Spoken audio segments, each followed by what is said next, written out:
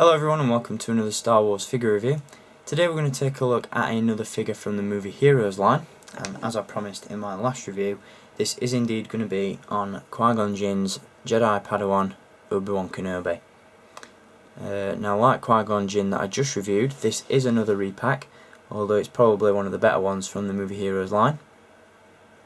I'll talk about this figure in a little bit more detail as the review goes on, but first up, as always, we are going to take a look at the packaging that he comes in. And once again, you've got the brand new Darth Maul packaging, the menacing grimace up there, new colour scheme and Obi-Wan's portrait on the side panel. On the back we have a still image from the film, a couple of images of the figure, some other figures available in the line, and once again a brief bit of information about the Galactic Battle game. And once again, this figure does indeed come with a card and display stand, of which once again have undergone a makeover. So we've got the brown sandy colour for the stand and the brand new layout for the game cards. And on the back, a nice portrait of Obi-Wan. So there we go. That's the battle game card and display stand. And like with Qui-Gon that I just reviewed, this figure does indeed come with a grappling hook launcher, and it's exactly the same weapon. So if you've seen my review on Qui-Gon, you'll already know what I think of this.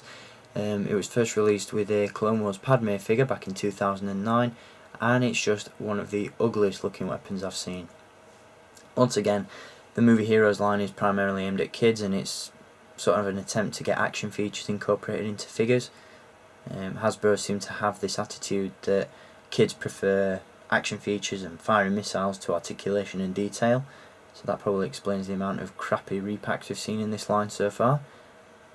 But there we go, that's an accessory that, well, just doesn't really serve much purpose really. But as I said, the figure itself is very, very nice. I'm very impressed with it. This figure is a repack of the Legacy Collection Obi-Wan Kenobi that was released in 2009, and he is also a repack, well, not so much a repack, but he's been released at the same time as the Vintage Collection Obi-Wan, which is exactly the same figure. Like with Qui-Gon, the only differences are that this one doesn't come with a Jedi robe, and also the Vintage Collection variant does indeed have, if I can put my hand on it, I believe I've misplaced it there. Yeah, it looks like I have. But he comes with a one of the Jedi comlinks, so this figure doesn't have that. But for the £1 difference that there are between the movie Heroes and vintage figures, this is obviously the more budgeted and much more logical option to go for. Now, the figure itself is really, really nice. I do have a couple of complaints about it though, but they're not too major. The first of which is the fact that the Jedi braid is very thick and very, very long, and it kind of looks a little bit out of place. But other than that, this figure is practically flawless. The head sculpt is reasonable. It's not spectacular or bang on, but it's certainly getting there. The nose is a little bit too big though, I think. Obviously he comes with his Jedi lightsaber, which I've actually swapped out in this case. The lightsaber that he came with didn't have these black highlights around the top of the hilt, so this lightsaber is actually from the Vintage Collection Attack of the Clones Obi-Wan, as it's much more accurate to the lightsaber he uses in the Phantom Menace. It's a very nice lightsaber though, really nicely sculpted. And in terms of articulation, this guy is pretty spot on. You can get him in some decent poses. Ball jointed neck, shoulders, elbows and swivel wrists. Ball jointed torso, swivel hips, ball hinged knees and ankles. And once again, he does have that lower tunic made out of soft goods, which allows for added posability. Now, not only is this figure available in the Vintage Collection Phantom Menace wave, but he's also available in the Class 1 Fleet Vehicle range as well, where he comes with a repacked version of the Naboo skiff. The only differences again between this figure and the one in that pack is that this one, well, the one in the Class 1 Fleet Vehicle pack actually comes with a flight headgear piece, but other than that, same figure again. So Hasbro are really getting some mileage out of these sculpts.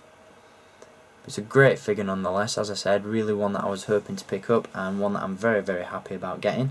This is going to look great with the Vintage Collection Phantom Menace Darth Maul. Can't wait to get that figure. And he does look great alongside his master, Qui-Gon Jinn.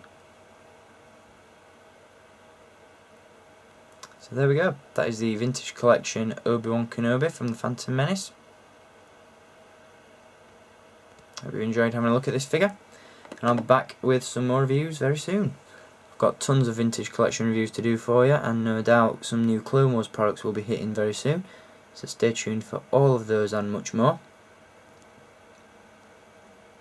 And for now, I hope you've enjoyed this review. And as always, until next time, keep collecting, and may the Force be with you.